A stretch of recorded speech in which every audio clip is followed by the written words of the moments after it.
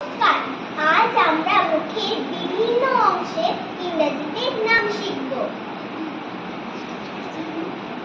এটা হলো হেয়ার মানে চুল। এটা হলো হেয়ার মানে চুল। এটা হলো ফোরহেড, ফোরহেড মানে কপাল। এটা হলো ফোরহেড মানে কপাল। এটা হলো হেড মানে মাথা।